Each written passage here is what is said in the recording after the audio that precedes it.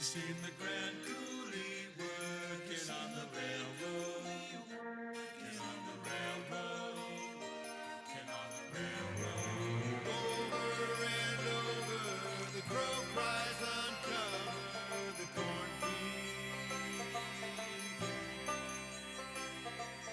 Over and over, the pressure and hunger, the wheat field. Over and over, the crow cries uncover the cornfield. Over and over, the pressure and hunger, the wheat field. We're just waiting a minute to let everybody get into the room, and we'll start shortly.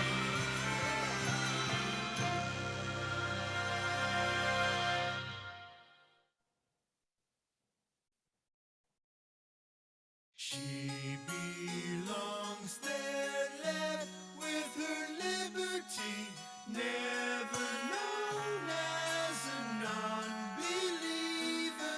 She laughs and stays in her wonderful.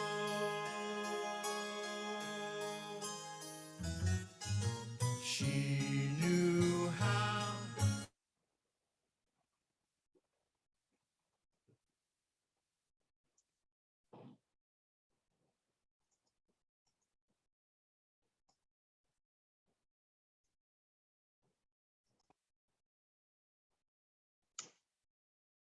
And we're going to go ahead and start. It looks like we've got, we've kind of slowed down on the numbers coming into the room. Thank y'all for attending today. It is storming here, so hopefully I have taken every precaution I can in case one of us gets dropped off or something crazy happens with the weather. So we're just going to plow through and get through it. But today is our second resource information workshop with Families Helping Families Region 7. We had one about a year ago, and today is ensuring developmental health for young children. And it's what you need to know about AAP Bright Futures and EPSDT Best Practices. And we're also going to have information about EarlySteps. So our speakers today will be Teresa Northington and Julie Emory, and I'm Monica Stampley. And I'm going to go ahead and read through our disclosure here, if I can get it to pull up. And then we'll go ahead and start. So the Bureau of Family Health is approved as a provider of nursing continuing professional development by the Louisiana State Nurses Association Approval Unit. It's an accredited approver by the American Nurses Credentialing Centers Commission on Accreditation. LSNA provider number is 4003257. Okay, so this event has been approved also by the Florida Parishes Human Services Authority for 2 general contact hours of social work continuing education.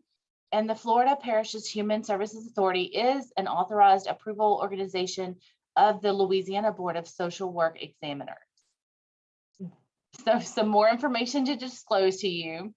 The views expressed by the presenter or presenters do not represent the opinions or the policies of Florida Parishes Human Services Authority. Nurses and social workers must attend the entire event and complete the evaluation to receive continuing education awards, so to get those credits. The event planners and the presenters have no relevant financial relationships or conflicts of interest to disclose to anybody. And the views expressed by the presenters do not represent the opinions or policies of Louisiana State Nurses Association or the Bureau of Family Health. So with that, we're going to go ahead and I'm going to stop sharing my screen and we're going to go ahead and let our presenters get started.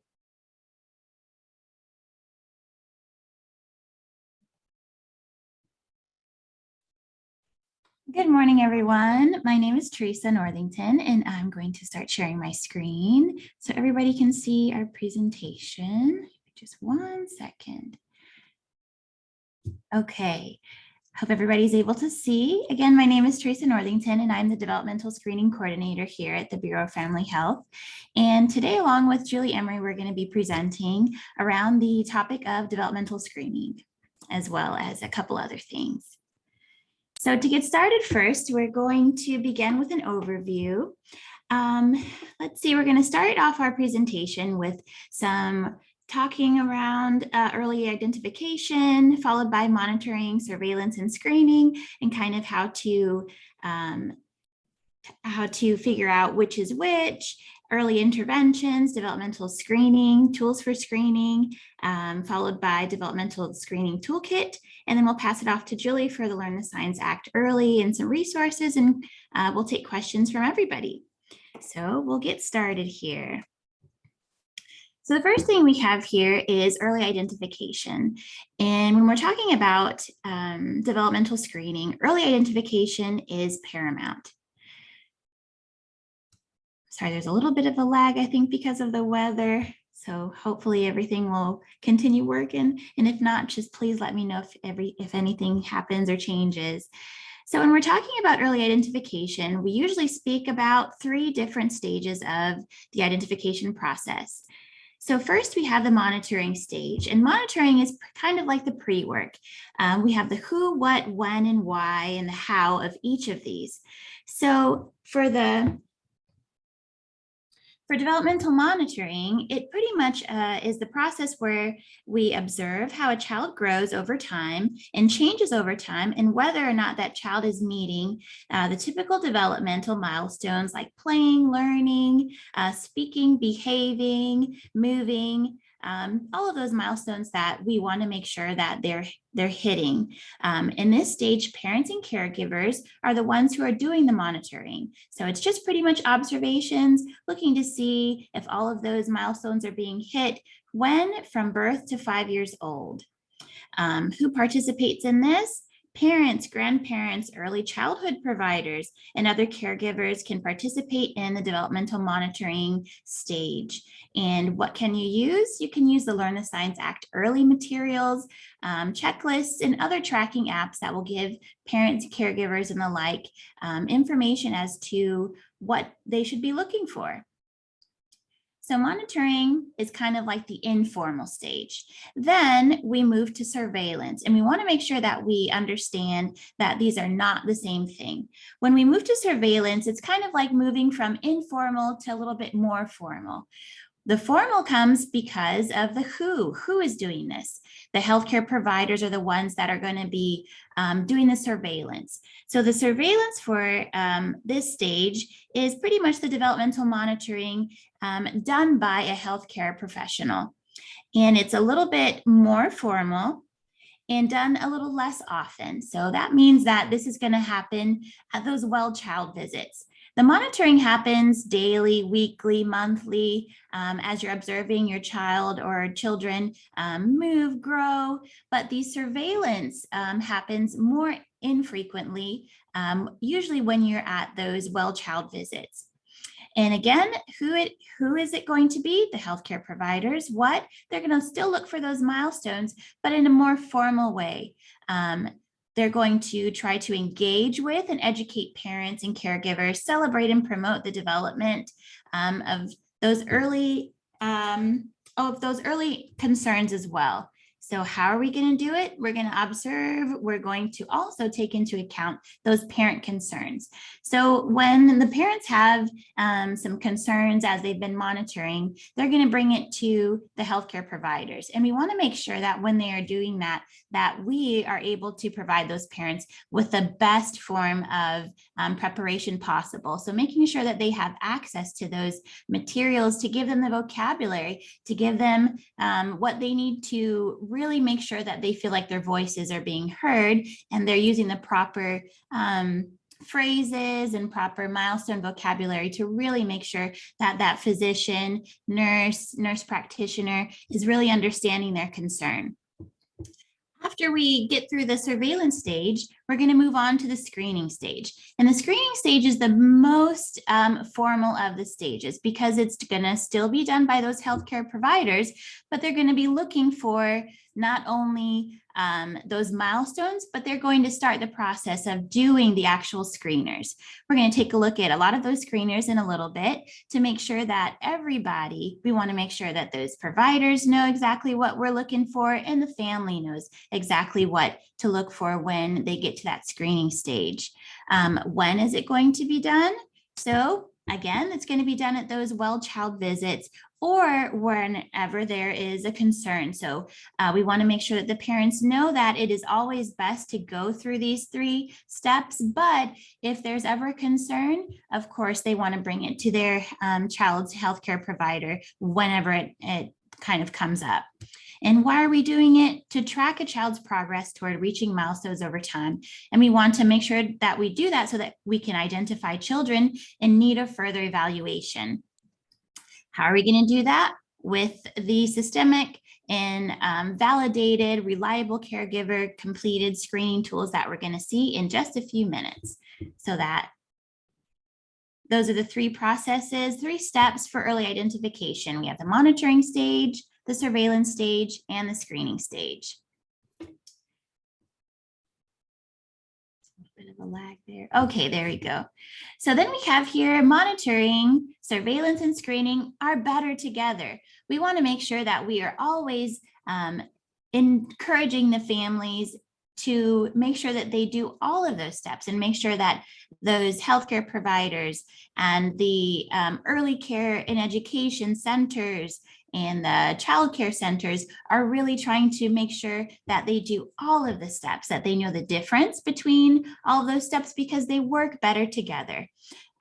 Just a couple of numbers to make sure we get this point across is that the time to early intervention, from early intervention to referral, when we have those screenings, it goes up 64% as opposed to surveillance just by itself. So when we use monitoring, it goes up, it's only just 2.7%.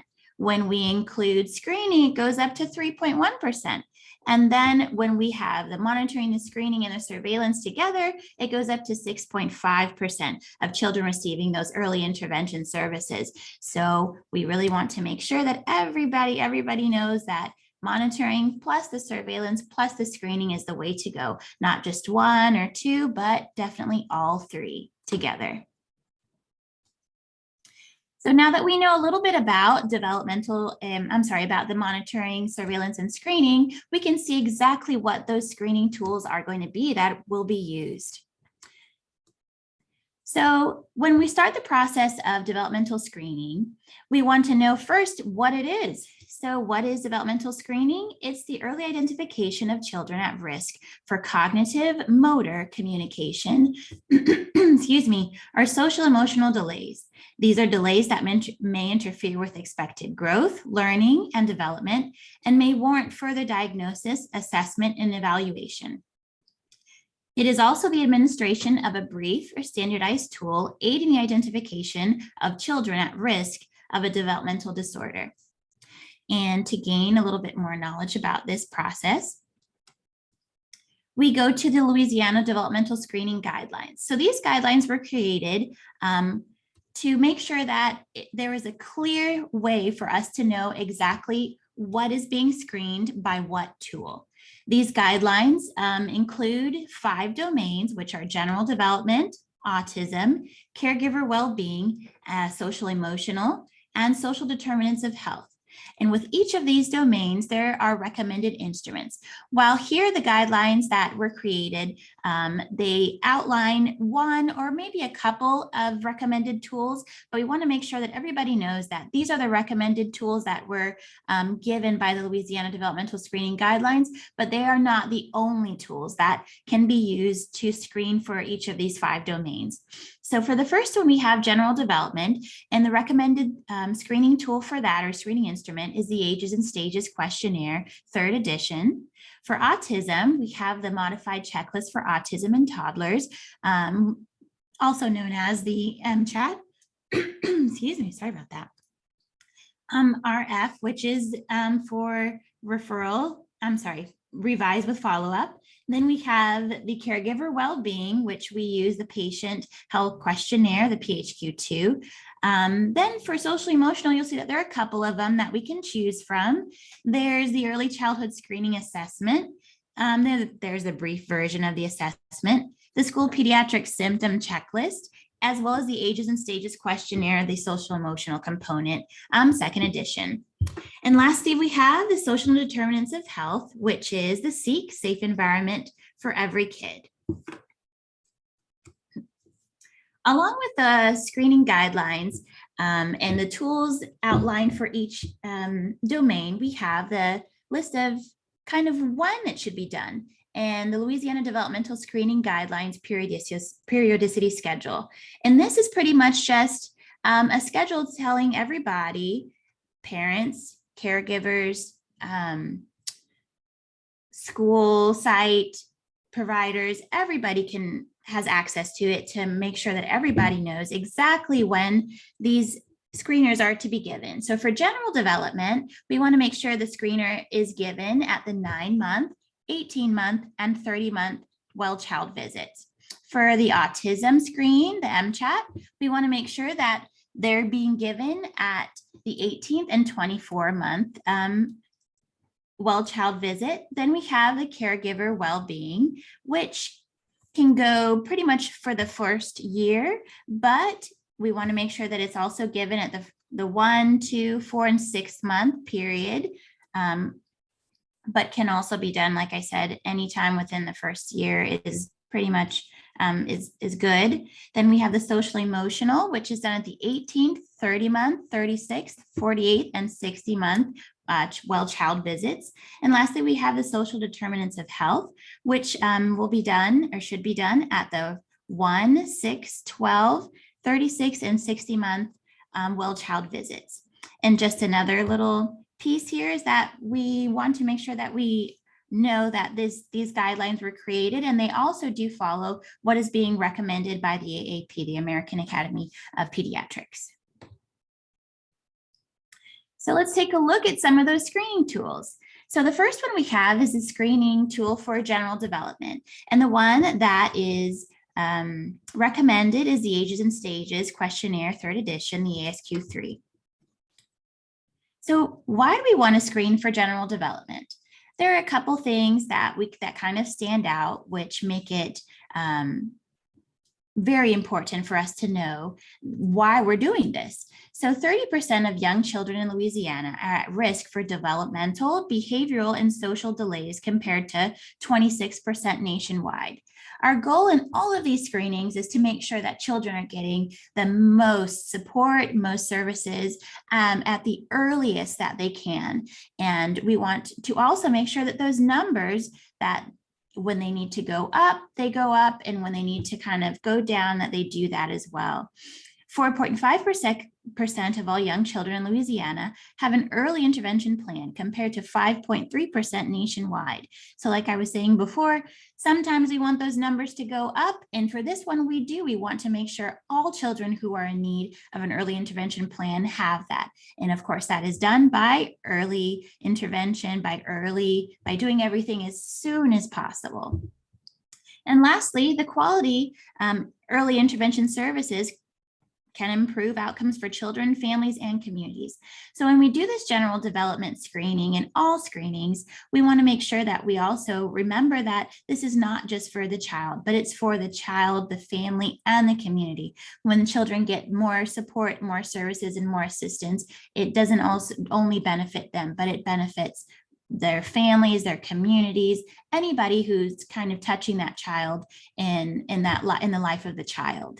So there's many other reasons why we want to do general development screenings, but those are just a few. So what is the ASQ3? It's a 30-item questionnaire used to identify children from 1 month to 5.5 years old who might be at risk for delays. It goes through 5 developmental areas or domains, which are communication, gross motor skills, fine motor skills, problem solving, and personal and social interactions. It is available in English, Spanish, French, and Vietnamese and Arabic. And just as a little note there, it is also written at the 4th and 5th grade level, so it's very accessible to most parents. And of course, this is also a parent-completed screening tool. The next tool that we have is the one that would be used for autism screenings, and it is called the MCHAT RF, Modified Checklist for Autism in Toddlers. Why do we want to screen for ASD, for autism spectrum disorder? Research has shown that autism spectrum disorder can be very reliably identified by age 2. Often there's a misconception that it takes until a child is 4 or 5 or enter into school, but research has shown that that is not the case, and it can be identified by age 2. So knowing that, we want to make sure that we push those that MCHAT and the like screeners at those well child visits. If there's any type of suspicion, of course, parents, please push parents to ask for it, because they can also do that as well. Not just to kind of to rely on the physician, the nurse practitioner, nurse to provide it for them, but have the knowledge also that it is available and they can request it. What is the MCHAT? It's a two-stage screening tool designed to assess risk for autism spectrum disorders and developmental delays. The MCHAT is a 20-item caregiver report questionnaire. So emphasis on caregiver report questionnaire. We want to make sure that those parents are filling them out because they know their children best, and we want to make sure we get the most appropriate and the truest information possible. It's designed for use in children from 16 to 30 months, and it's available in a ton of languages, and it is also free to download. So there's no cost associated with it. And it is also very easy to administer, to score, and to provide results for families. There is a second part of it, which is a follow-up aspect. If a child is, the result of their screen is that they may need a little bit more information, there is a follow-up portion, but that also can be completed very quickly and scored as well. Next, we have the screening for caregiver depression. For this one, there are a couple different options. We have the PHQ-2, the PHQ-9, as well as the Edinburgh postnatal depression screener. Why do we want to screen for caregiver well-being? Maternal depression is associated with impaired emotional behavior and cognitive development in infants, depression in children and adolescents.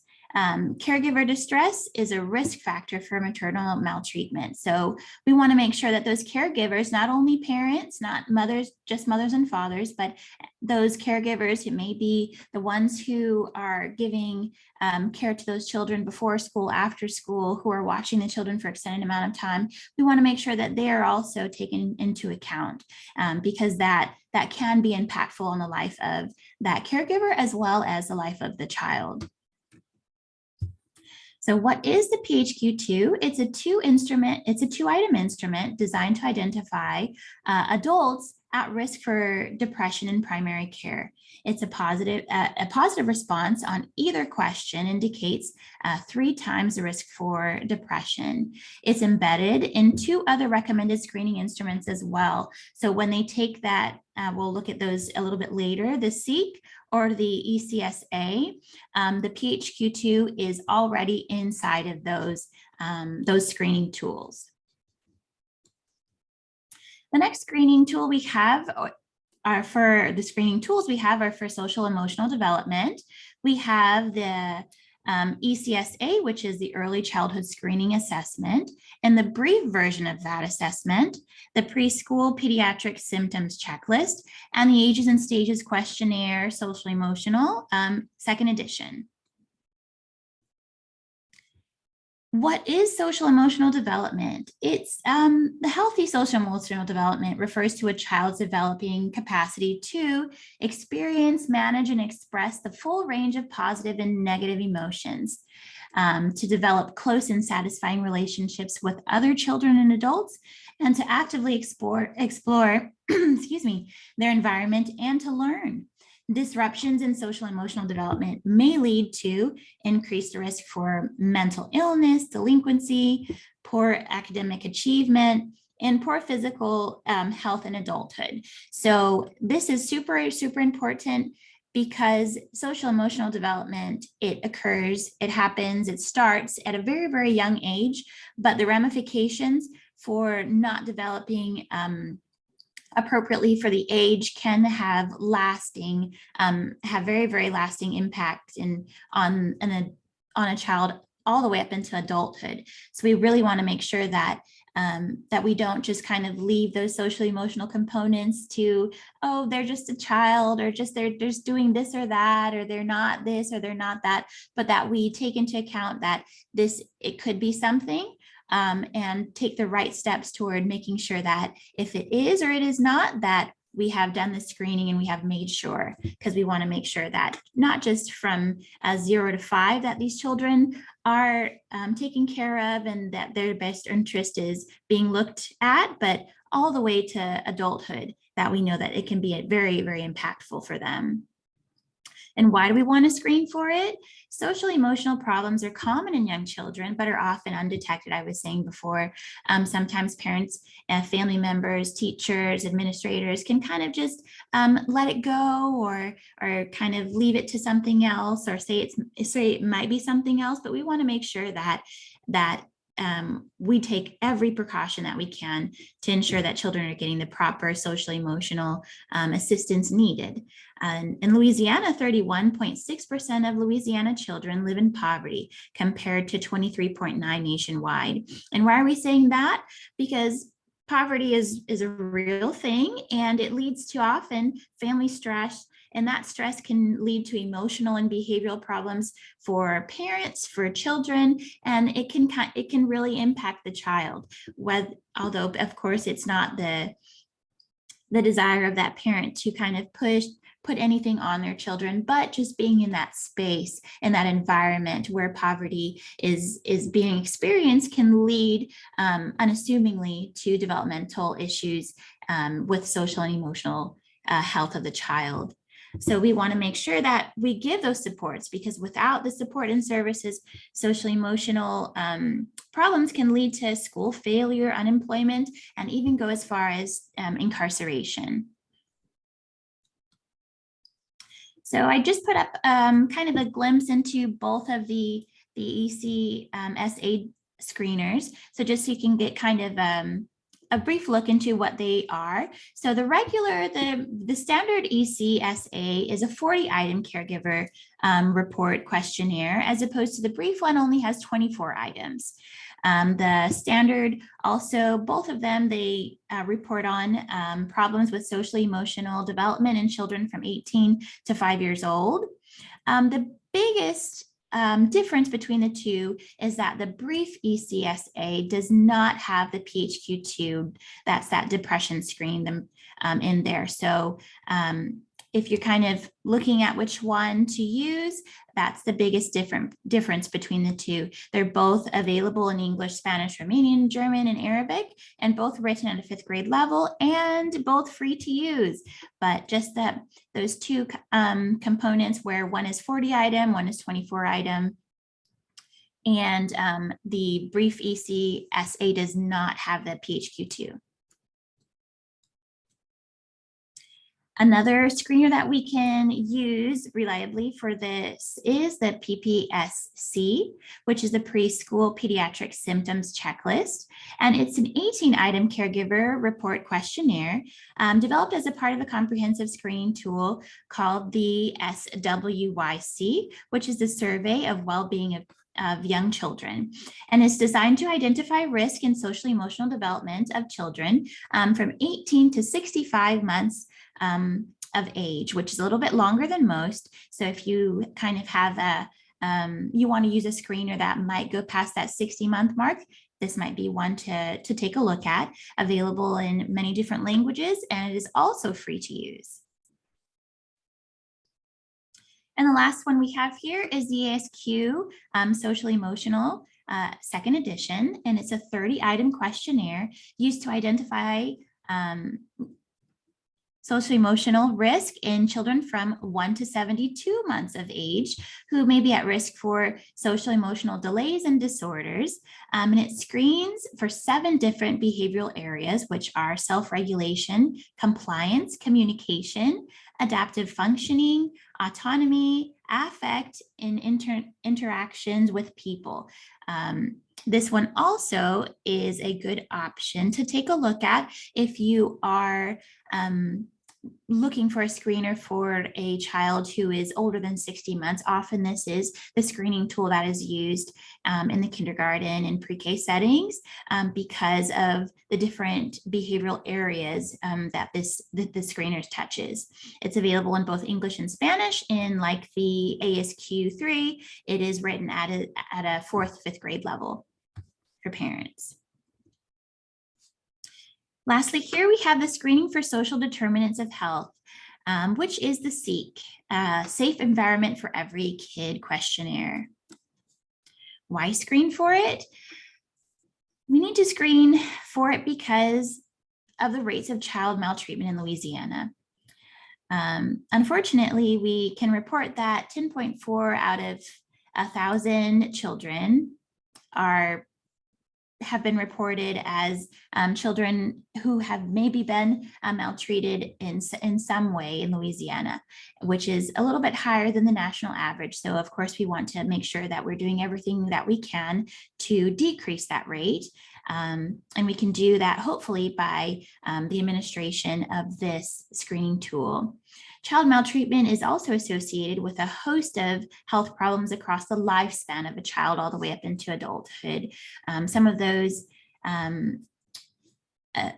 would be impairment in cognitive, social, emotional, and language development, the use of smoking, the abuse of smoking, alcohol and substances, and heart, lung, and liver diseases can all be associated with child maltreatment.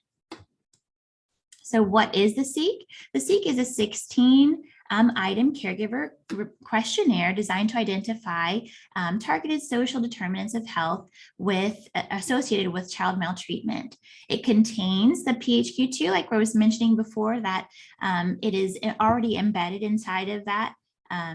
For the PHQ-2, it's inside the SEEK, and it's a validated screening tool for caregiver depression as well.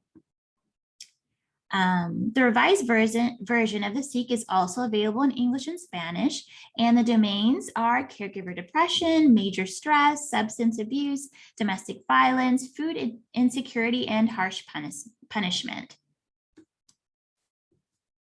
So now that we've seen all of the domains and we've seen what screening tools we can use in your practice or your clinic or school site setting, we also want to make sure that you have a way to implement all of those screening tools. Let's see, move that out of the way. Okay, there we go. We want to make sure that we can assist as much as possible in the implementation of all of the screening tools that we've seen.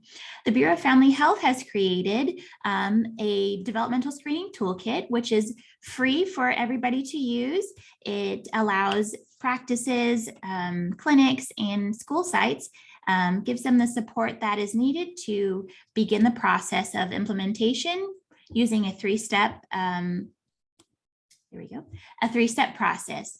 The first step is to assess and create a plan. Next, it would be train the team and implement those plans. And at each step of that process, I'm here as a developmental screening coordinator, and a host of other people are here to assist you in that process. With resources, technical assistance, office hours, provider staff training, brainstorming and mapping, we can map out the best use of your resources and identify any other resources and things that may assist you even further in the implementation of any of these screening tools. I also put on there my contact information. If you would like any assistance implementing any of these screening tools, please feel free to contact me at your earliest convenience, and I am happy to help get your practice, your clinic on the path to implementing more screenings and helping more children.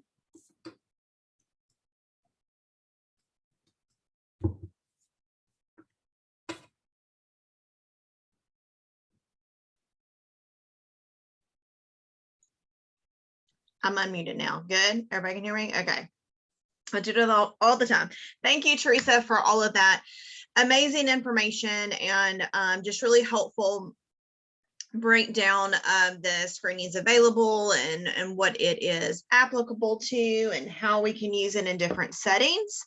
And so I'm going to talk about in the same concept, but more of the resources for parents. So Teresa, our caregivers, and also professional. Teresa talked about the differences between monitoring and surveillance and then screening. So when we're going to talk about Learn the Signs Act Early as a resource, which can serve as a resource for both monitoring and surveillance based on whether caregivers are using their resources or professionals. And so Learn the Signs Act Early, and some of you guys may be not familiar with it at all, maybe have use some of the resources but may not know what all is available.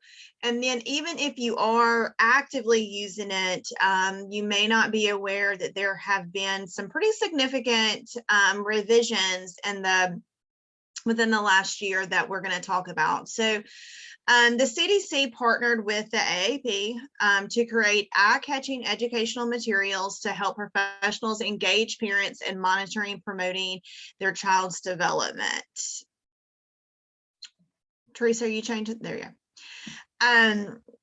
So it's a federally mandated program that encourages parents of children ages birth to 5 and providers who care to them to, number one, learn the signs of healthy development, monitor their child's development, and then ultimately act early if there's any concerns. And so that's really when we think about why it's so important to monitor that development and why it's so important to acknowledge if there's any concerns is that we do want to act early.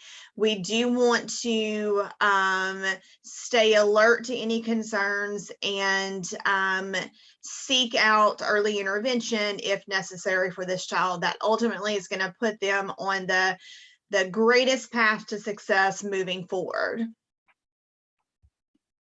Next slide. Okay, so as a reminder, some of the benefits that come along with the Learn the Signs Act Early initiative and the materials that they provide for the families of young children, it helps them to know what developmental milestones are, what exists, and how to monitor it. A lot of times, caregivers, families, their knowledge base of developmental milestones is based on sometimes social media.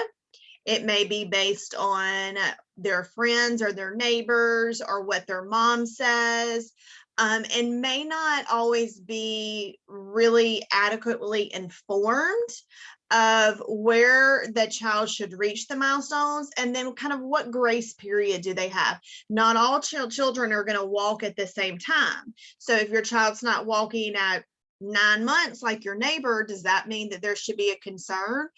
So this really gives caregivers, sorry, that storm just caught me off guard, really gives caregivers some things to have in their hand to acknowledge the milestones and track for their own children. It helps them acknowledge any warning signs and really feel comfortable talking to professionals about their child's development. One of my biggest passions is to increase the capacity of caregivers and families to be their own advocate, to know their child best, to track those milestones, and when seeking out a healthcare provider support or advice or next steps, they can really advocate for themselves and know, I have been tracking these milestones and there just has not been any progress in fine motor or, whatever it is. For early educators and child care providers, the benefit to using this is really, again, giving that weighted look at the surveillance. So When we look at the periodicity schedule of screening for a healthcare provider, and now if you're in an early childhood setting, there's recommendations by the Department of Ed of when you want to screen. It gives that really healthy resource outside of the screening that helps track. It gives you a resource that you can use when talking with caregivers so that you both can be utilizing the same language and guiding that conversation. And then with healthcare providers, it again is that in between the screenings. It is an excellent resource to have inside of any of your offices. So whether you're in a school setting, a childcare setting, a social services, healthcare provider, having these Learn the Signs Act Early posters and resources and things for families to grab, again, just gives you the opportunity to use the same language, to share in the guidance of a child's development, help parents to be advocates for themselves, and again, gives you something weighted to talk about. Next slide.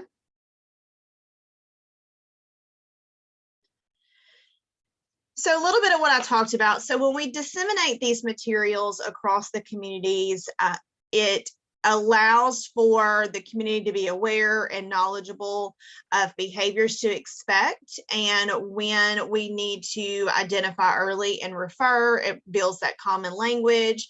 It facilitates coordination between program partners. That's another thing that really excites me with utilizing Learn the Signs Act Early, is because it's relevant in multiple settings. It's relevant in childcare, it's relevant in school systems, in healthcare, on a parent's refrigerator with a magnet.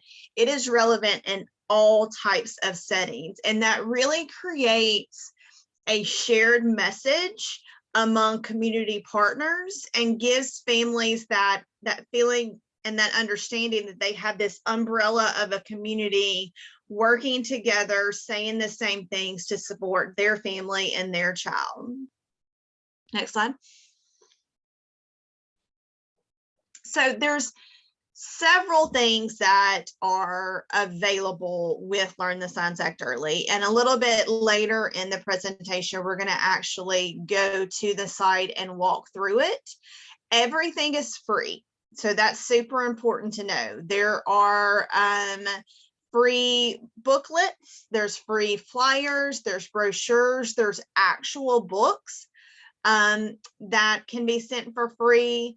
There's tips to talk to your doctor, and all of these things are free to any type of professional and for caregivers. A family can not even log on, can go to the website and order this free book for themselves. And so it just allows for such a robust resources for families to professionals to anyone who is a stakeholder in early childhood development. Next slide.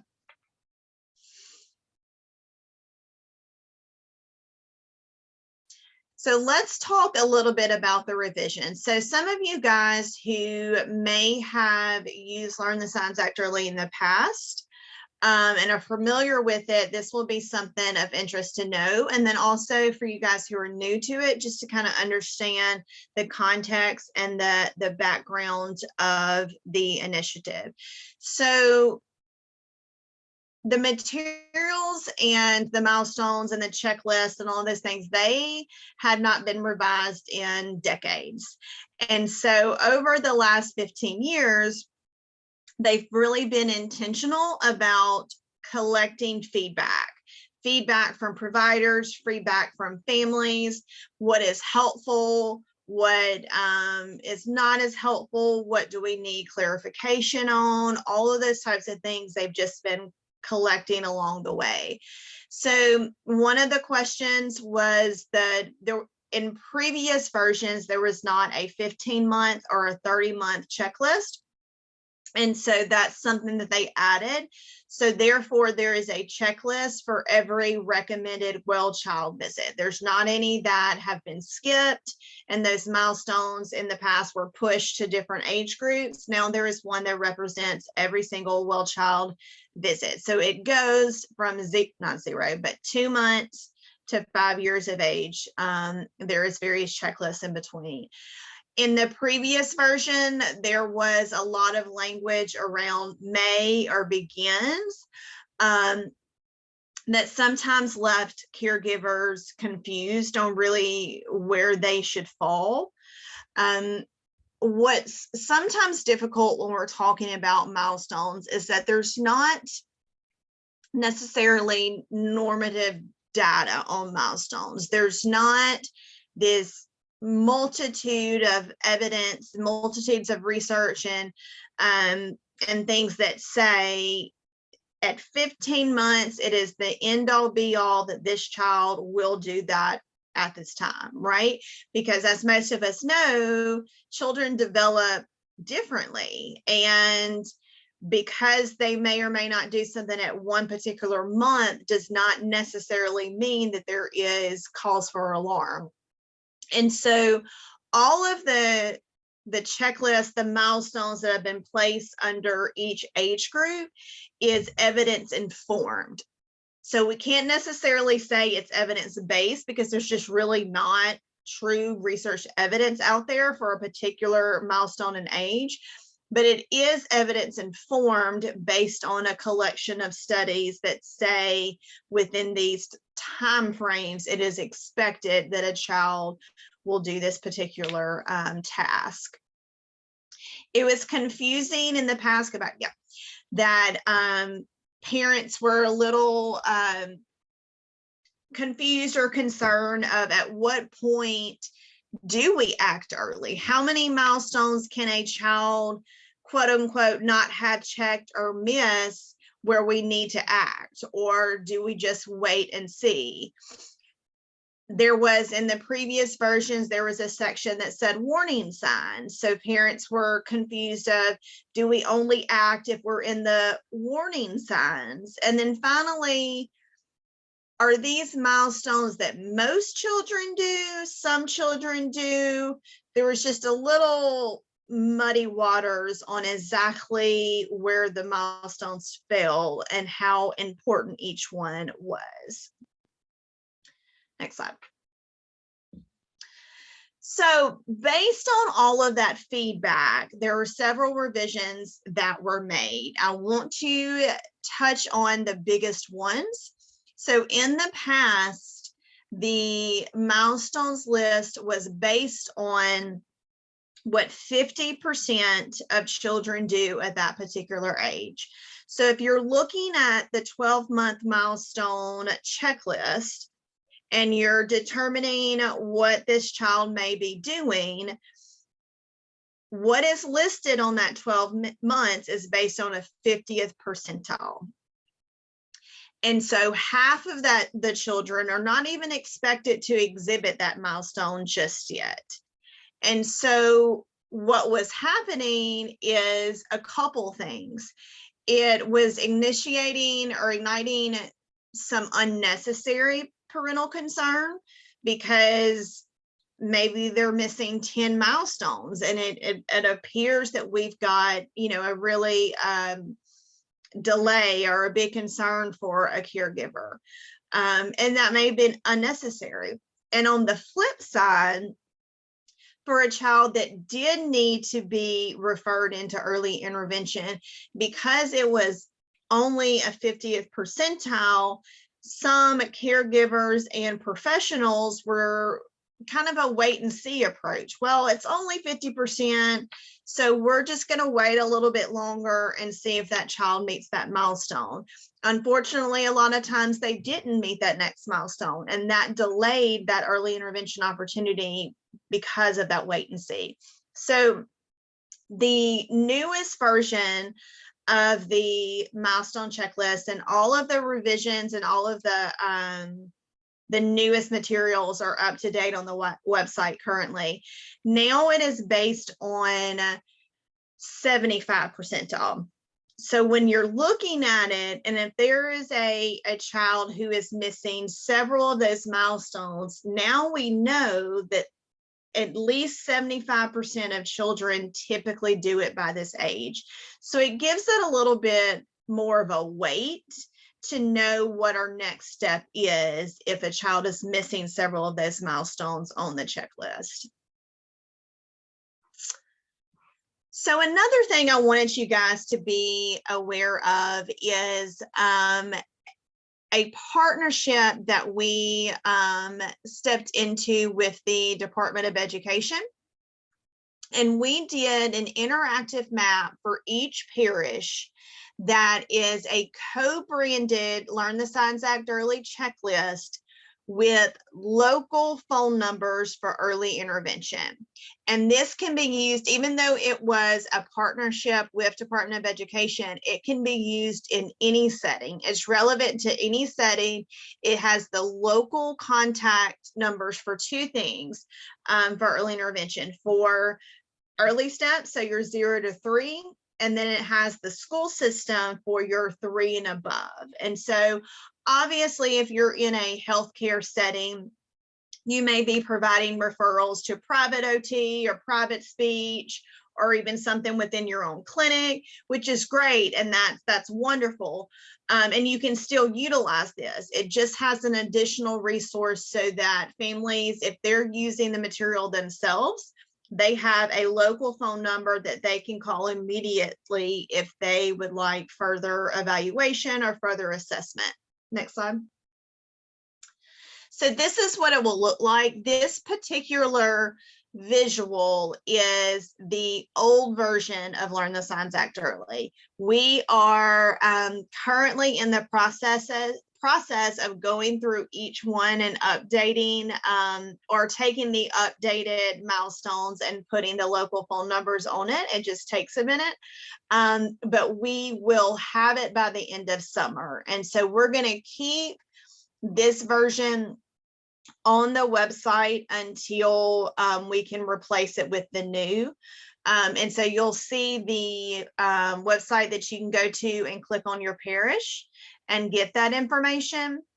I want to say here too, because I'm not sure if I included it in a slide, but if you are using the older versions of Learn the Signs Act Early and you have them printed out and you have all that, it is still fine and relevant to use.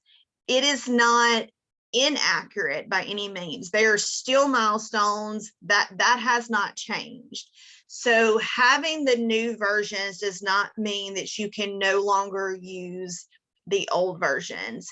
It just means when you go to print out new ones or order new resources, it will have the new information. And there, if you haven't looked, there's a little bit of a color change, so you'll know the difference. But I just want to clarify that if you do have quote unquote older versions, those are still fine to use. Next slide. Okay, so this is what the new ones look like. So if you look at this versus the one we just looked at, you can see the colors are a little bit different. Thank you, Monica, for putting that in the chat. So some things that look a little different versus the old version. So if you look at, this is a 2-month-old baby. And so there's not a ton of milestones on this one. Each age is going to have a little bit less or a little bit more, depending on kind of where that kind of growth chart is. It's got some information of things to share with your doctor.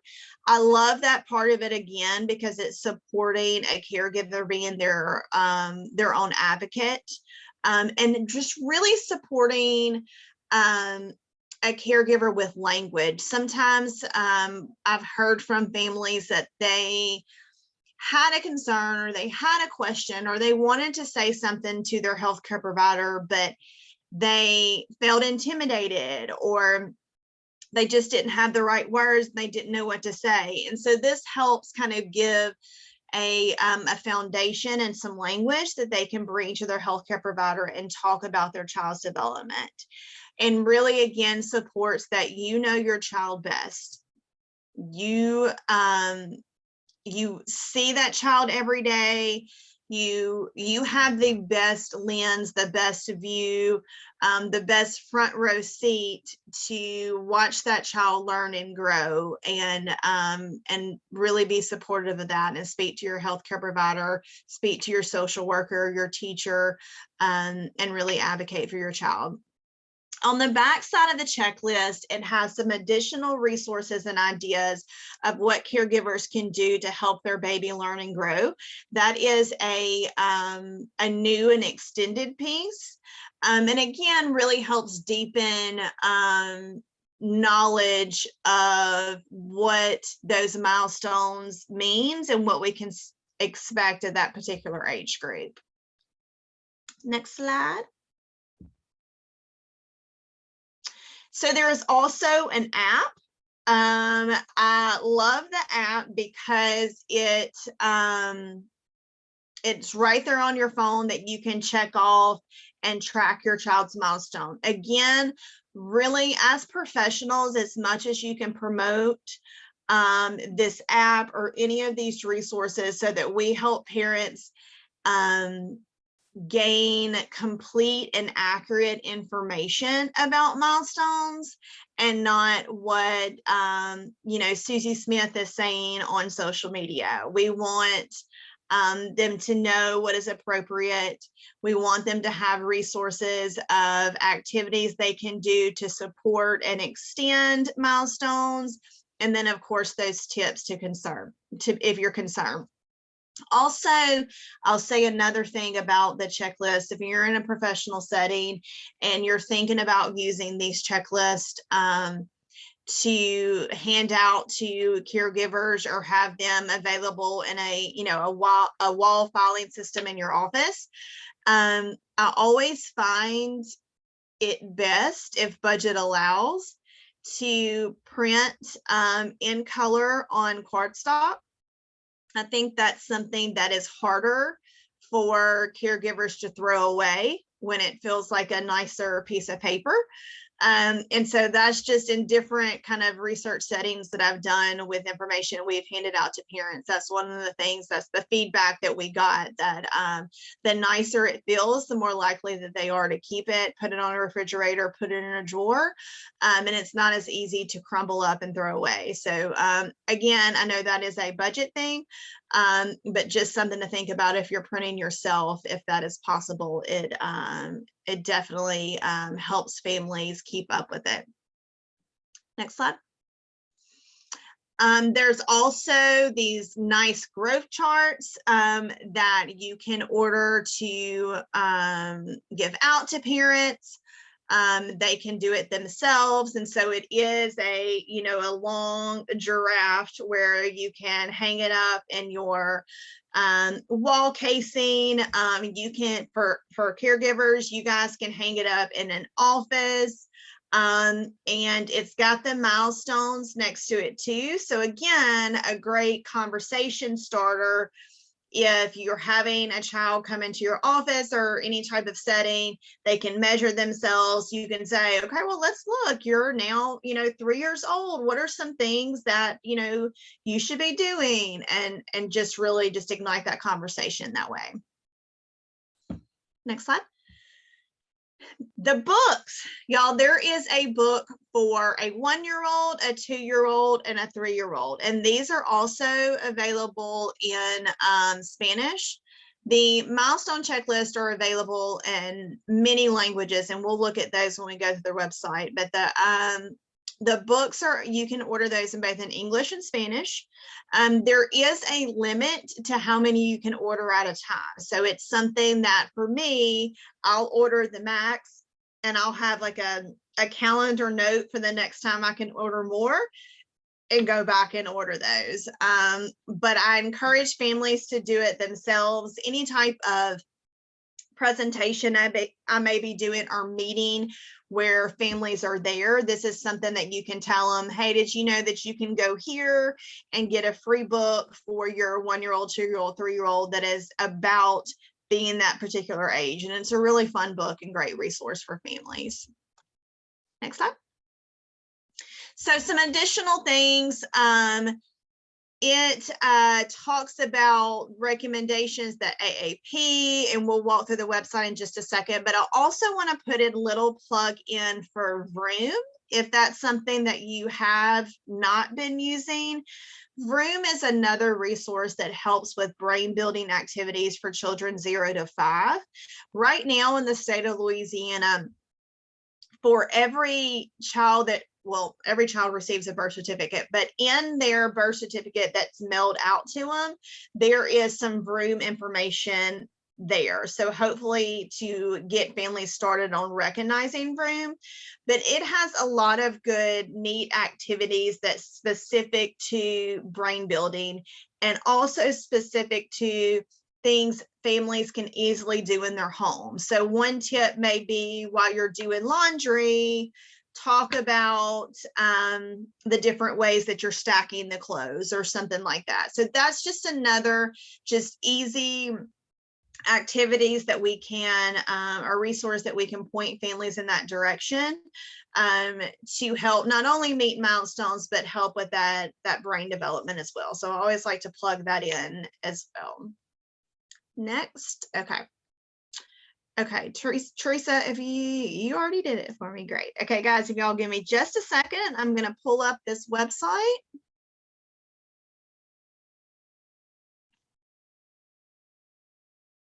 And we will walk through it so that you can see where you get to everything and anything that we may not have discussed. Okay.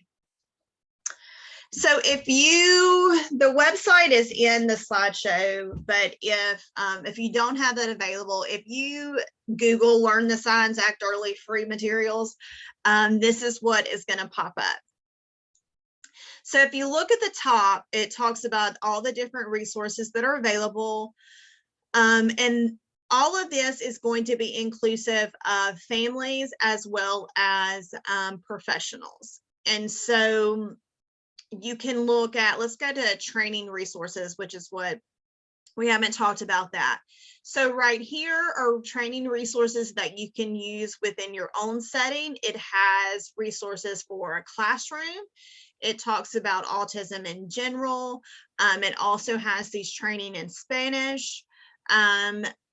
The Watch Me series is where they've got actual videos of children meeting particular milestones. So that may be a good orientation opportunity for new professionals.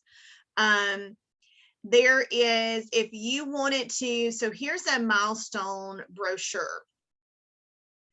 And so this is what it looks like, just talking about just kind of an overview of everything. You can have that customized. And that's what we did when we talked about earlier with those phone numbers. You can put your own logo on it. If that, if that would help families know that it's coming from you, you're a trusted messenger. That is something that can be done for many of the resources. Let me look at. Also, I wanted you guys to see one of my favorite is the milestone booklet. So when you order these, it comes in just like a 5x7 looking booklet, and it has all of the developmental checklists within one booklet. And families love these. I know I would have loved them if they would have had it when my kiddos were younger, but it's something that you can just always keep in your purse. You can check off as you see your child achieve something and celebrate it. You can bring it with you to your well child visits and discuss it. And it is easier to keep up with in the individual checklist. So there's different needs for different things, but this is something that is free that you can order, and it has all of the checklist in one little booklet, and you can customize this as well. So let's look at more tools that you can use. It's a great opportunity to just go through all of this and see what fits for you in your setting. Things that you may want to use, things that you want to share with families. There's specific things to WIC programs, Head Start, Early Head Start, home visiting programs, all of that. There's things that specifically fit all of those settings. Again, videos, posters. Here's the growth chart that I think is just so cute. I also love this little, it's not clicking on it for me, but this little roadway that has the different milestones to meet as well. Here are the books that we talked about. So 1, 2, 3. You can order them in English and Spanish. The milestone booklet.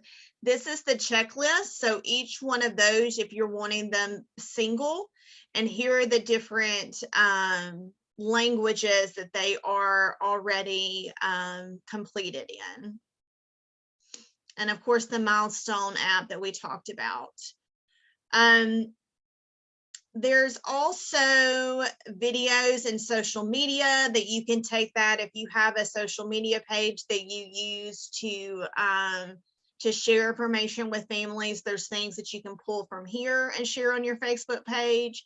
If you look over here, you can find yourself in where your setting is to get more information. So if I clicked on healthcare providers, they want my feedback.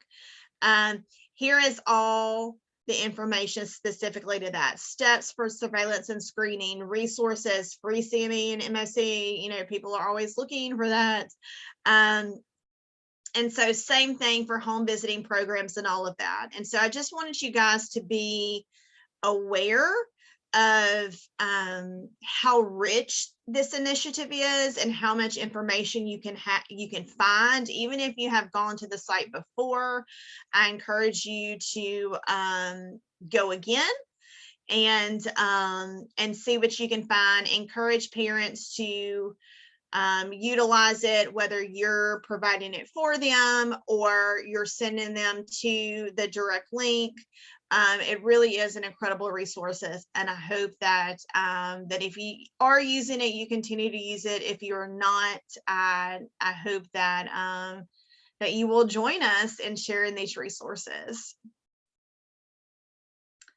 So I think at this time, we, and correct me if I'm wrong, guys, I think we're going to open for Q&A for me and Teresa and our part before we move into Monica. Is that correct? Yeah, that's good. If we've got time, if y'all want to put it in the chat or put it in the Q&A box, then they're happy to answer some questions right now.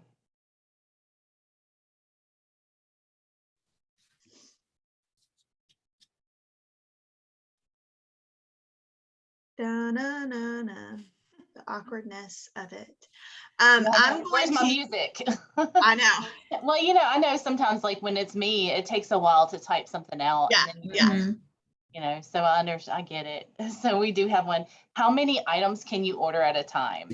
It depends on what it is. And I honestly don't know off the top of my head what each limit is. And each limit has a different time frame. So if it were milestone booklets, I'm going to say it's like 20 at a time every 3 months or something like that. But don't quote me on that. But there is different, depending on the books. I don't think you can order 20 at a time. I think the limit on books is 5.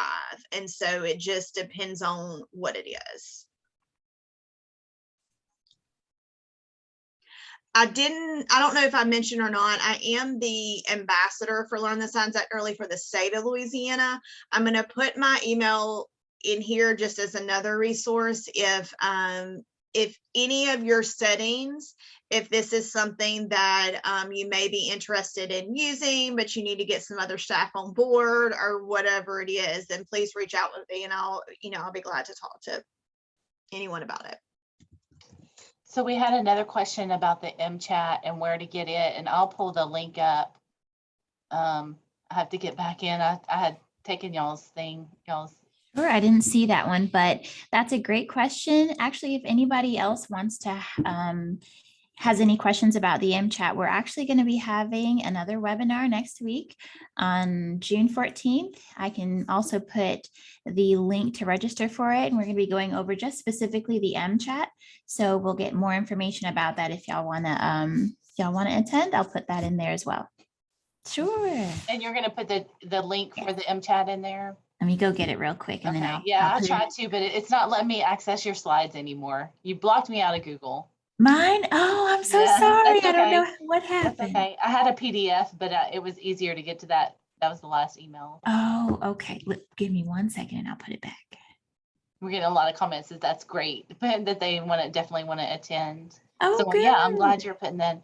And so just a little tip, all these links that are in the chat, you can always click on those and leave those open. If you're on your computer watching this, then you can leave those open until after the session is over, and then go in and bookmark them or do what you need to do on those.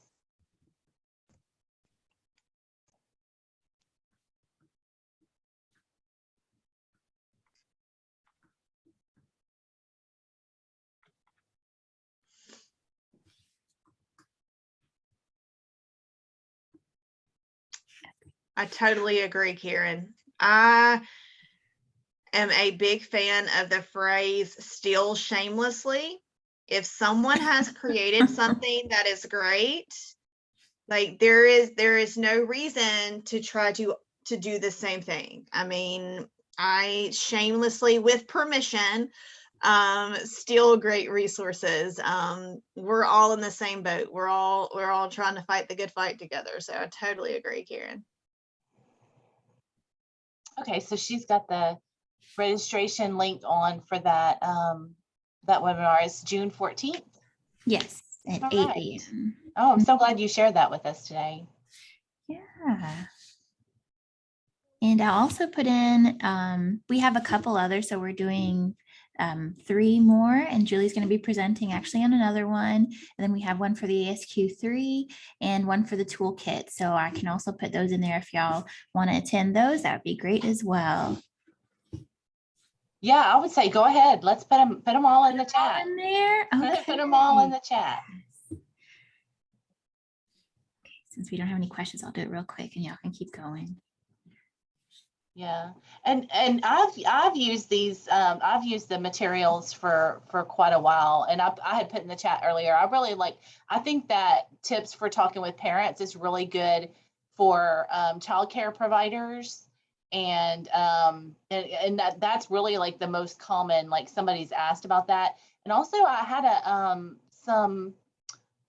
one of the Head Starts that I serve in my region, I had sent it to them because they were asking, I guess they do screening at the Head Start centers, and they're like, how do we talk to the parents?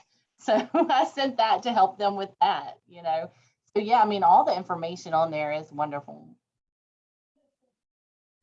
And also, if there's more than one person in the office that can order things, then I hate to say that, but I ordered some for myself, but then I had my regional coordinator order some too.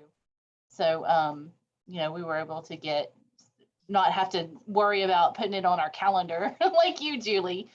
So, to have to go back. So, do you have all of them in there? Almost. There is a question for Julie in there, I Okay. see. So I was going to leave that one so y'all could see the question before I put more links in there. Okay, I see she's asking about the updated milestones. She had a question about them. I guess just maybe a little bit more information about that, or kind of repeat the. Yeah, summary of I'll it. give a quick overview, Michelle, if there's something specific, if you want to type that. Basically, the main things about the updated is the previous milestones were based on a 50th percentile. The revised, I wouldn't say updated because the milestones haven't changed. They're still milestones. Will hinder children's need for help. So it's supposed to do the opposite. It is now based on a 75 percentile. And so it is supposed to ignite that early intervention quicker. Hang on, let me go back to the question. That's okay. I just lost it. I personally feel as though that we should see for professionals and parents that are utilizing these resources, I feel like we will see an uptick of acknowledgement and referral, because you think too, depending on in what professional setting it's being used, once you send that referral, then families should get a deeper assessment and be able to look at it a little bit deeper and get that evidence informed screening, and determine if there is a need for services. So I was happy with the 75 percentile change versus the 50th percentile.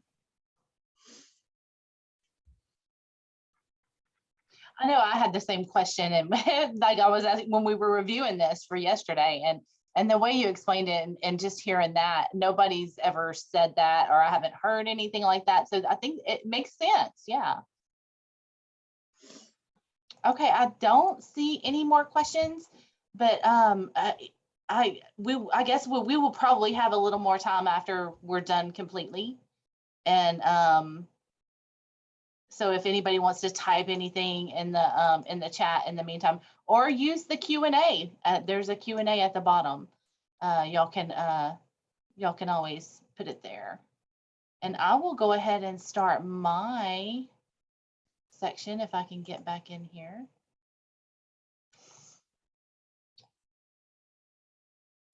So let me get my screen up.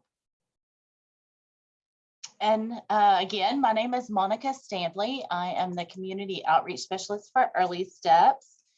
And I am in Northwest Louisiana. I was going to try to put, let me see, I was multitasking. So now I'm going to put some links that I'll tell you about later. Hopefully they will be, yes, okay, good.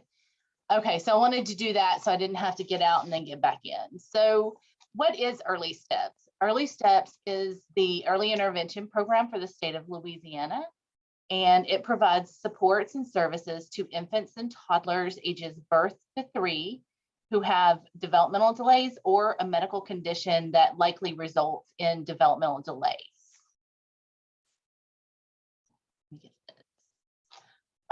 Families enrolled in EarlySteps receive services which enable them to help their child progress developmentally. So that's important. It's based on a developmental model of service delivery. And they also want to improve the child's functioning as a family member within the daily routines of the family. And so these are all, like, there's keywords here. So we're talking about developmentally and the child's functioning in their family within daily routine. EarlySteps is a family education and training program. So it's not like a direct one-on-one like you would find in a clinical setting service. We're there to support and educate the caregiver. So who all is eligible for EarlySteps? The child has to be age birth to 3. So the day they not past their 3rd birthday, the day they turn 3, they're no longer eligible for EarlySteps. They have to be a Louisiana resident, and they must have a diagnosed physical or mental condition that has a high probability of resulting in a developmental delay, or the child is experiencing developmental delays as measured by the specific diagnostic assessments as procedures in one or more of the following areas. So they're looking at delays in physical development, which is crawling, walking, seeing, hearing; cognitive development, which is their learning skills or their problem-solving skills; social and emotional development, which is like playing with others or showing their feelings; self-regulation. Adaptive development would be their ability, or their skills for feeding or getting dressed, or personal care tasks. And communication, which they're talking about expressive and receptive. So listening, talking, and expressing themselves. So there are 16 early intervention services that may be used through EarlySteps.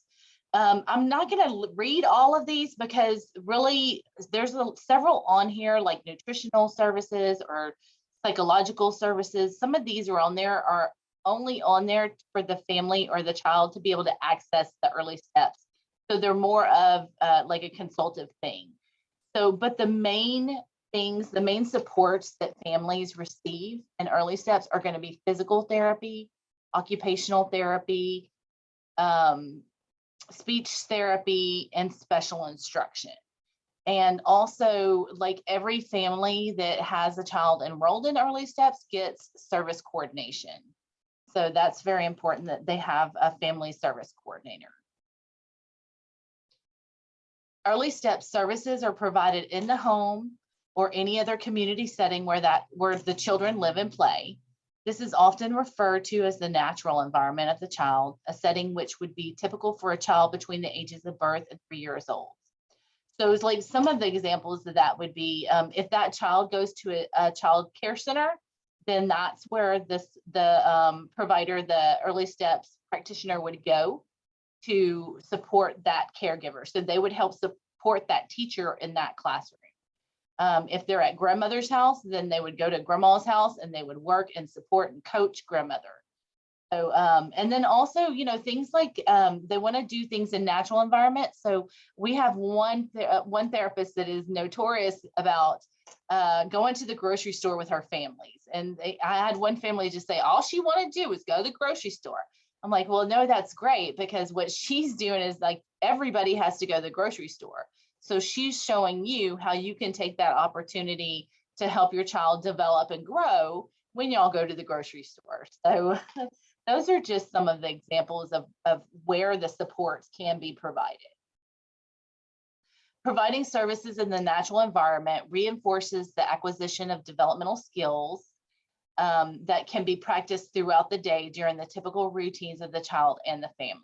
So just like I was saying, that mom, if she learns how to do a specific thing or learns how to walk through the grocery store, pointing out and speaking and talking to her child, and or even positioning her child in the cart. It could be a physical therapist that's helping the child with mobility. And so, you know, even those little things, there's so much more that they can learn being in a grocery store. So, but those things are easier learned, and they're usually the skills are learned easier for the children. So instead of learning them in one environment and having to relearn them in another, they learn them right the first time in the natural environment. So why should I make a referral to Early Steps? Well, number one, it's the federal law, which most people know about IDEA, which is Individuals with Disabilities Education Act. It requires that Louisiana identify, locate, and evaluate all infants and toddlers who are eligible for services. And it should be at least 2% of the population of the toddlers and infants and toddlers in Louisiana. So Part C is Early Steps. And under that federal law, under IDEA, Part B is the school system. And usually they'll transition from Part C to Part B, but they start out in Part C. So, but there is IDEA, like again, it's Individuals with Disabilities Education Act. Physicians, hospitals, public health facilities, and other healthcare providers, it could be home visiting programs, it could be, you know, childcare teachers. They're mandated to refer these children to Early Steps within 2 working days of identifying a developmental delay or a medical condition with a high risk resulting in developmental delay. So if if a child goes to a well visit and they've done the ASQ and they're coming up with some concerns, then that means that physician would be mandated to report or to refer to Early Steps within 2 working days. So once there has been a concern identified, or there is a identification of a developmental delay or a medical condition, then they should be referred. To make sure that we identify all children needing early intervention services, parents may also refer their own child. So really, anyone can refer a child to Early Steps. It could be a neighbor, it could be somebody at church, anybody can make a referral. So it does not have to be that physician. If the physician, you know, usually they can send the health summary and the following information, the information that they received from the screener, they could send that with a referral. and that's always helpful. But if it comes down to it, if a physician is not getting a referral in, then the parent can always do it themselves. So it's a pretty simple process. EarlySteps has 9 system points of entries, which we call them SPOs. And I did put the link for the EarlySteps website that has a list of all those SPOs, because I know we have people on from different regions. So all the list of SPOs, there's a link in the chat for that to get to the website. They're set up across the state, and they perform the intake and eligibilities activities when a child is referred to EarlySteps. The person making the referral should determine which parish the child lives in and contact the SPO for that parish to get their phone number or their fax or their email. They can be sent any way. They can be sent by email, or they can be sent by fax. And usually the most common way is by fax, but when they do get phone calls, so they could take it over the phone. I'm here at Families Helping Families, and I get phone calls, and I can take a referral over the phone and get it to our SPO. So they want to make it as easy as possible. The person or the parent could simply call the SPO and make the referral if they wanted to. And again, like I said, anybody can make a referral. After the SPO receives the referral, the intake coordinator contacts the family of the child being referred within 3 calendar days. So their contact on that usually means within 3 calendar days of that referral, that family is going to get a phone call.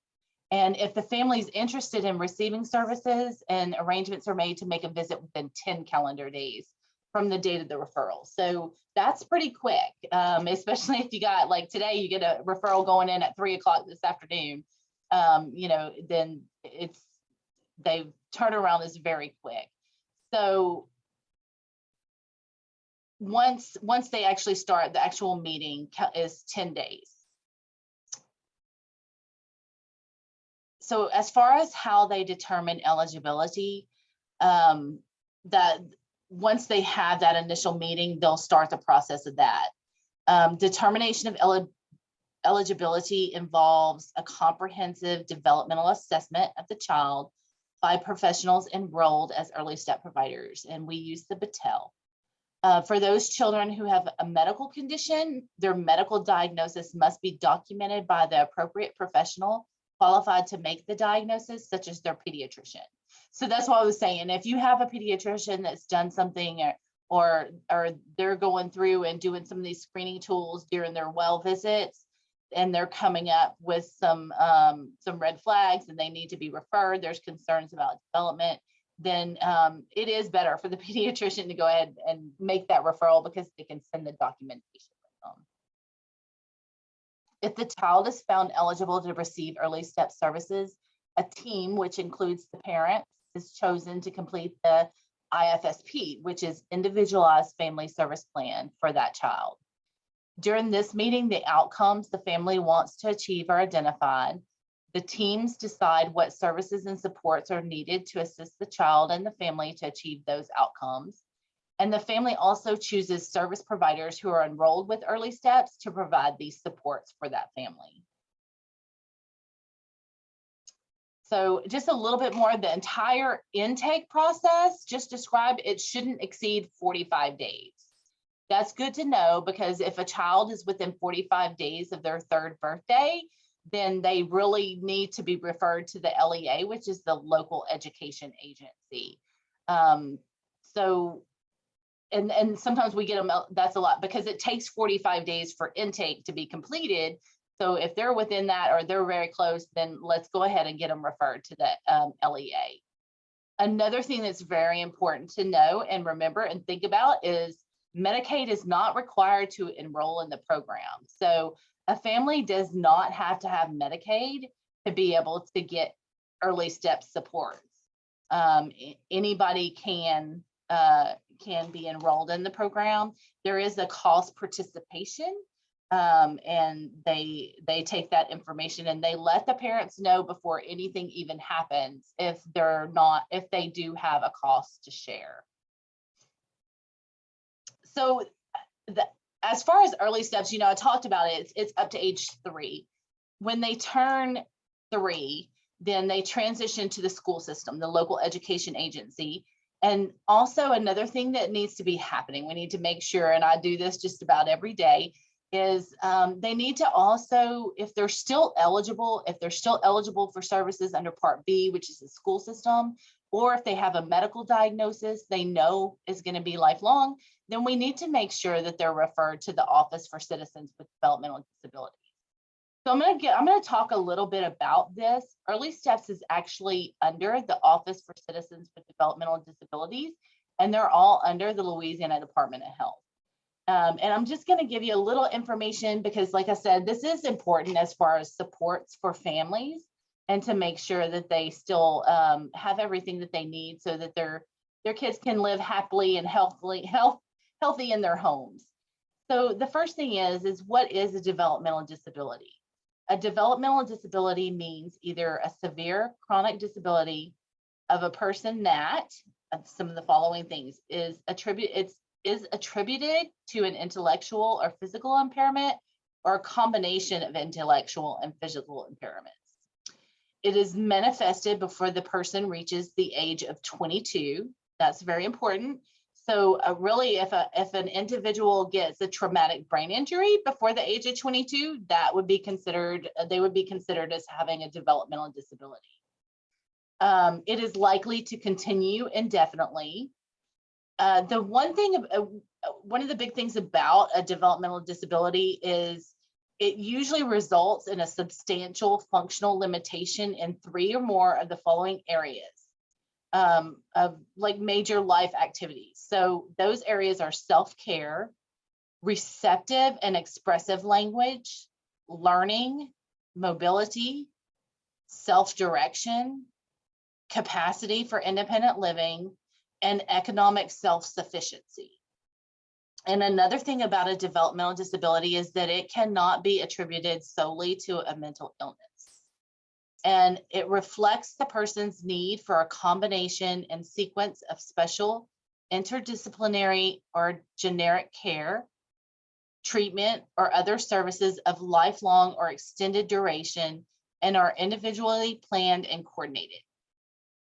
Another thing that could be an indicator of a developmental disability is it's a substantial developmental delay or specific congenital or acquired condition in a person from birth through the age of 9 who, without supports and services, has a high probability of resulting in those criteria which are listed above later in life that may be considered to be a developmental disability. So there are several cases where if something's happened before the age of 9 and it may not be impacting their life, their skills or their independent living at this time, but it is a probability that it will in the future, then that is also eligible. So I'm talking about Office for Citizens for Developmental Disabilities, and I put the link because what we have is our human services districts across the state. And I put the link for the website for OCDD for you to find out what your specific region is, because each region has its own governing authority. They call it an LGE, a local governing entity.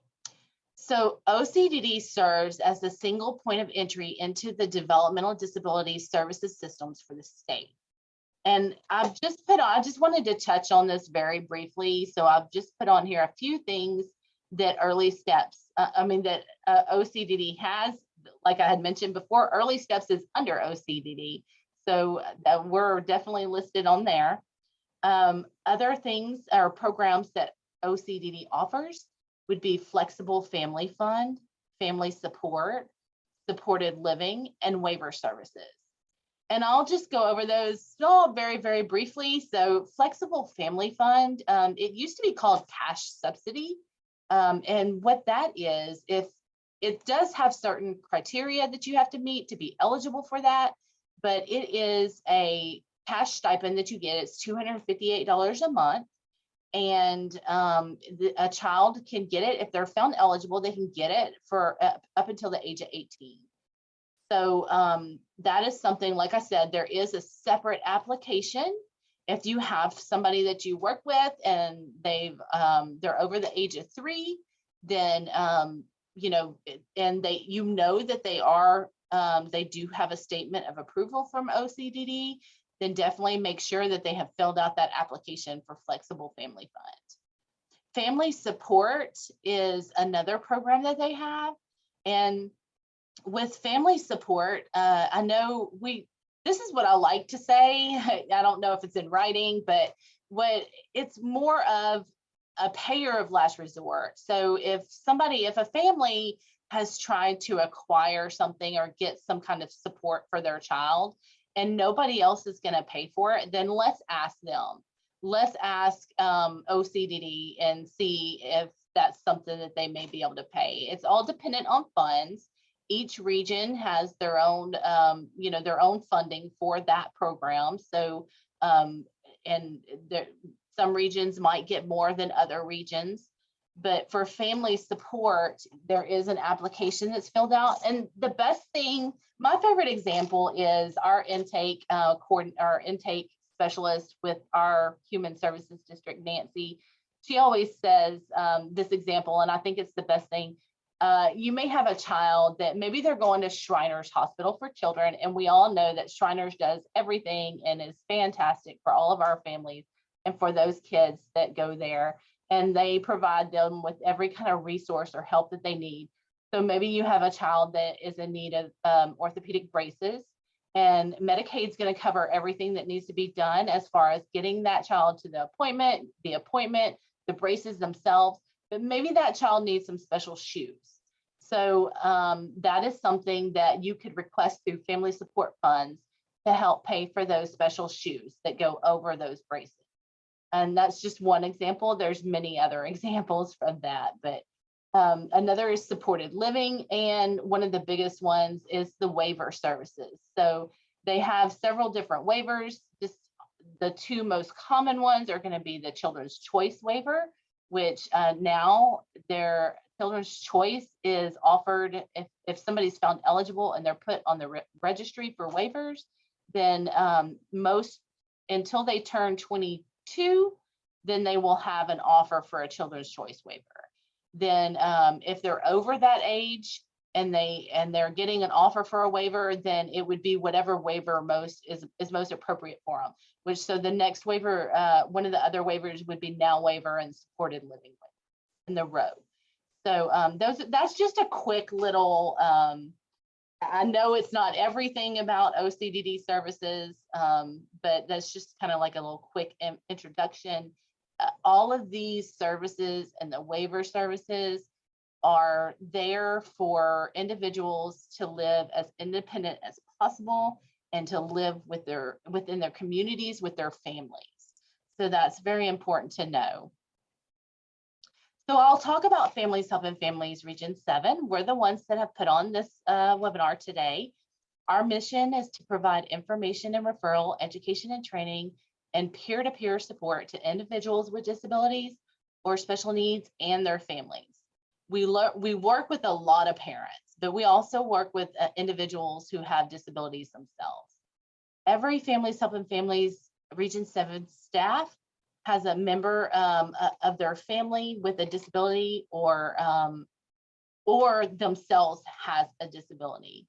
This unique perspective allows us to understand the day-to-day challenges and successes our families face. And so we've been there, we've done that, we know it. That's kind of like one of our mottos is who we are is what we do. So just talking a little bit about this, information and referral, education and training. So we do a lot of workshops for parents. We have a lot of professionals that participate in those as well, because I'm always saying if we can't reach the parents, then reach the professionals that work with them and make sure that they know what to tell the parents. So this, like I said earlier, this is our first, or this is our one workshop that we do throughout the year. This resource information workshop is specifically for professionals.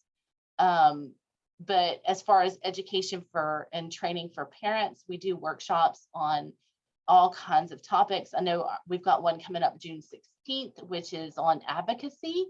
and making sure that parents and individuals know about advocating for themselves. Information and referral. I'll tell you, we've been talking about all of this screening and all of this, all the screening and monitoring and the tools and the timelines and all that kind of stuff. I make a lot of referrals to families to get evaluations done, because you've got these screenings happening, but then we need to, at some point, they need to be referred to get an actual evaluation done. And I don't know if I mentioned, EarlySteps does do a screening. We have a screening, and it's starting at 18 months for autism.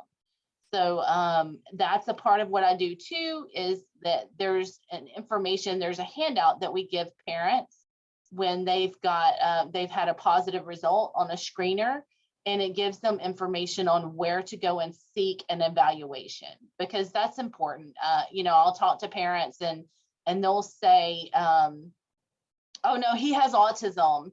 And I'm like, okay, so where did he get his autism where did he get his diagnosis from? And they're like, oh, the school system, or, oh, they said it in EarlySteps. He had a screener, he had the EarlySteps screener done.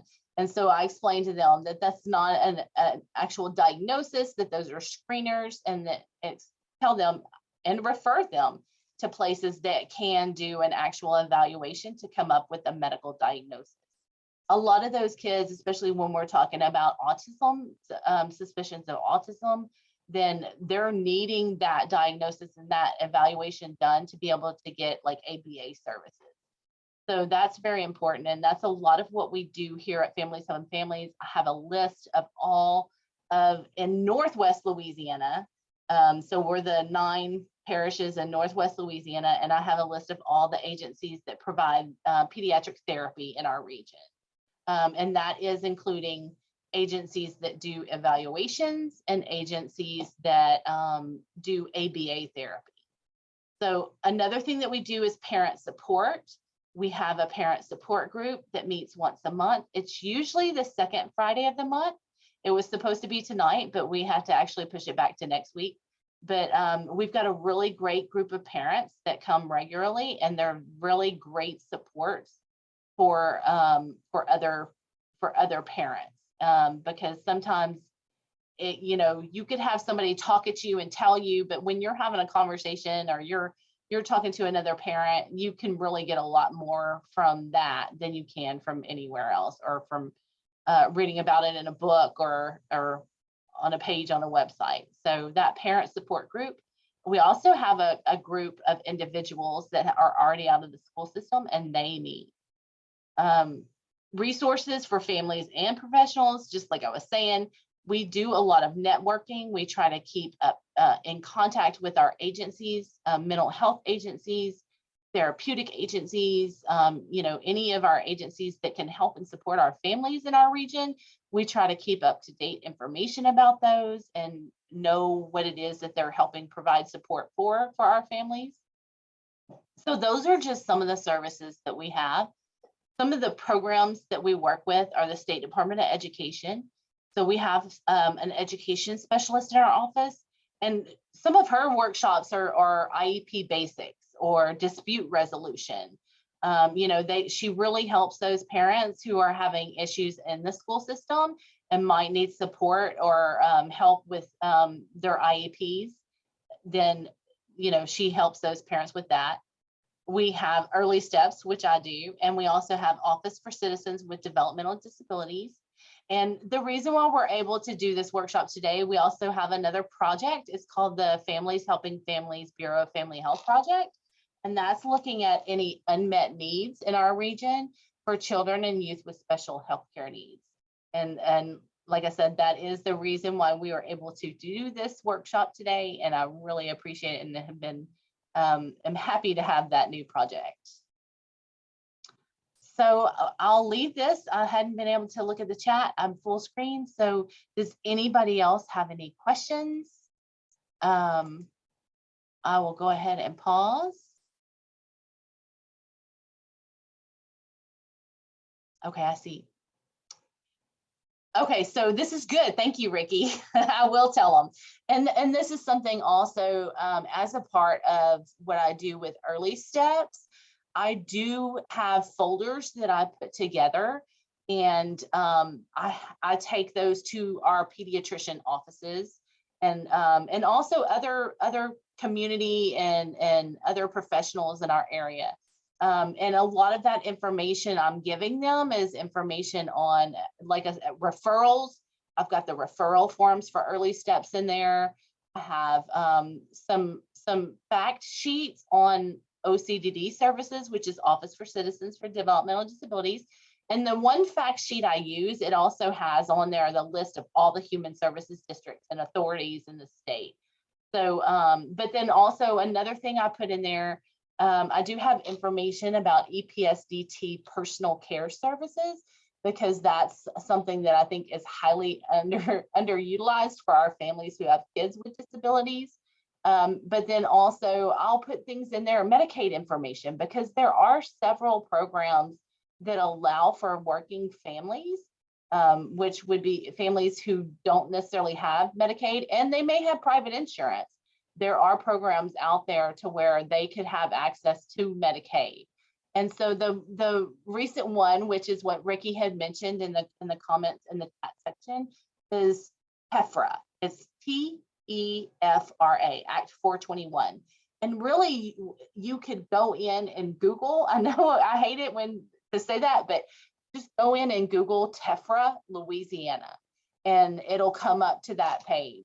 But the thing about TEFRA, it just started this January, and it is not based on a parent's income. So if a child has a developmental disability or has a disability and meets a certain criteria, which I'm not going to get into that because there's a lot involved in that. So if they meet a certain criteria, then they would be eligible for Louisiana for Medicaid. So that is something that's very important. And that is something I started putting in those folders when I go to those pediatricians' offices, because, you know, there's a lot of things that families who don't have Medicaid can't access. A good example is pediatric day healthcare centers. So, you know, in Northwest Louisiana, we have Barksdale Air Force Base. And so we have a large part of our community that they have TRICARE, and TRICARE usually meets all of their needs medically, and except for that's one thing. So if they had a child that had complex medical needs, they would not be able to go to a pediatric day healthcare unless they paid for it themselves out of their pocket, or they had some way of getting Medicaid. So this has opened it up. That's a prime example. If you have a child that is eligible to go into a pediatric day healthcare, more than likely they should be eligible for TEFRA. So that's a prime example. Let's see. Yeah, and the Medicaid, another thing to note about that TEFRA is the Medicaid is only for that child in the family with the disability. Now, if you have two children in the family and they have disabilities, then it would be for both those children. So that's important to note. And that is one thing. If you look, we did have, I believe in February, we had a webinar on Act 421, and most of the Families Helping Families across the state have done that. And we're always more than happy to do more of those too, if we see a need of that in our community, because it is important that these families know, and if it is something that they're eligible for. I can tell you a lot of people fought really hard to get that TEFRA enacted in our state. So, and I know our state, they worked really hard on getting it enacted too. So that just happened January this year. So we're all really excited about that. So yeah, somebody wanted a copy of my packet. And if you, I'll tell you what, with that, if you just put that in the comment of your survey, I'll make sure you get that. Also, if you want to request the slides, let's put those in the comment in the survey, and we can get those. And I'm really behind on the chat here, so I'm trying to catch up. But Ricky gave his information, and Ricky is at Northwest Louisiana Human Services District. which is here. It's our human services district. They're the ones, the LGE for Region 7. If, like I said, I've got information. If you click on that link that I put in the chat earlier, which actually, let me go ahead and bump that up again. I'm gonna put it in there again, just so it didn't get lost. So right there, it says OCD HSD Human Services District. So if y'all click on that, if you're not in Region 7 in Northwest Louisiana, then you should be able to get to your Ricky wherever you are. I think that's all the questions that I see. I don't know. Let me go into some of the other. We're getting right at the end of time here. I don't see anything else in the Q&A, and I didn't see any other questions for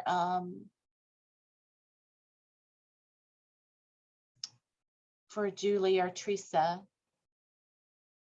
They both did such a wonderful job, and I know having that information about the act early and knowing how to navigate that website and knowing you can get stuff for yourself, that's the best information. I know last year we had some similar information, and a lot of the providers that attended really thought that that was the best. And I see that that Joella has raised her hand and has put in, oh, okay, she put a question in the survey. So I guess we'll go ahead. I'm not seeing anything. I'm kind of trying to drag it on here. I don't want to drag it on too long, but I will go ahead and wrap it up. If nobody else has any other questions, I will say that my contact information is up on the screen. You can always email me at monica.stampley@la.gov. So for the survey, if you'll just bear with me, I'm going to stop this real quick and grab this link here, because I'm going to give y'all other ways. Now, I just like to make sure that all bases are covered. So let me get back to my share screen. Okay, so at this time, and I did it myself earlier just to make sure it was working. At this time, if you've got your phone, then you could go ahead and put your phone up to the screen, and you click on, you want to click on the little white box down at the bottom with the little dinosaur in it, which I love the little dinosaur there, and it'll come up and you should be able to click on that, and that'll pop up your survey. So I know y'all probably can't see that, but that's very, very easy. So you can do that right now if you want. I will put it in the link. Let me put it in the chat. I like to make sure that every base is covered. So there, you can also, if you want to, you can open up your chat, and I just put it in the chat, and you can go in and click on it, and it'll go ahead and open up in another window, and you can leave it open and then give us all wonderful reviews as soon as this is over. So you can do that. Like I said, there's other options, but then also it should be with your follow-up emails. So if you don't have your phone, or you're watching it on your phone and you're not able to get that QR code on the screen, or it's difficult to get into the chat to do it, because sometimes when you're on your phone, it's just not as easy to navigate things, then you should get an email. I had mentioned before that if you have any questions, maybe you're thinking of something in 20 minutes after we finish, or if there's any comments that you have about the programming information today that you got, definitely put that in your survey. We want to know if there's topics that you think, Ricky just said, we want some Act 421. So if there's topics that you think we should have workshops on, topics, especially things that your parents need to know, then let us know. Give us that information, and we can work on getting that information out to the parents. And so we've got several ways, and I just went into chat big. So we have several ways. I'm gonna give y'all time. We still have, I'm giving y'all maybe 5 minutes back of your life, but go ahead if you want to, you can click on and take a picture of the screen, and that can get you to your survey. You can go in the chat, that'll get you to your survey, and we should be emailing you as well, and that'll get you to your survey. The important thing is, and this is why I've put it and made it as easy as I could for anybody, you know, to be able to get to that survey, is because that is the only way that you can get your CEs, is for you to fill out, complete the survey. You have to attend the entire program and complete and fill out the survey. So, so that's very important. That's the only way you can get your CEs. You need to indicate on that survey what type of CE you're wanting, and whether it be nurse or social work, or if it's just a certificate.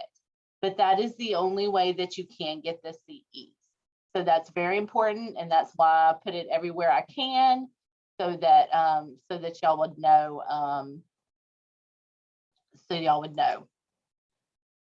Okay, well, I'm not seeing any other questions. So it's Friday. I'm hoping that our weather has passed. I know Teresa and Julie were getting a lot worse than we were up here. But if anybody has any kind of follow-up questions, then be sure to let me know. You can email me at monica.stampley@la.gov, or you can call me. I am at Families Helping Families Region 7. And y'all have a great weekend. And Teresa, Julie, thank you so much. Y'all are so great, and I'm just very engaged, and I'm just so glad to know about that information. And I appreciate y'all taking y'all's time today. Thank y'all so much. Everybody have a good weekend. All right, thank you.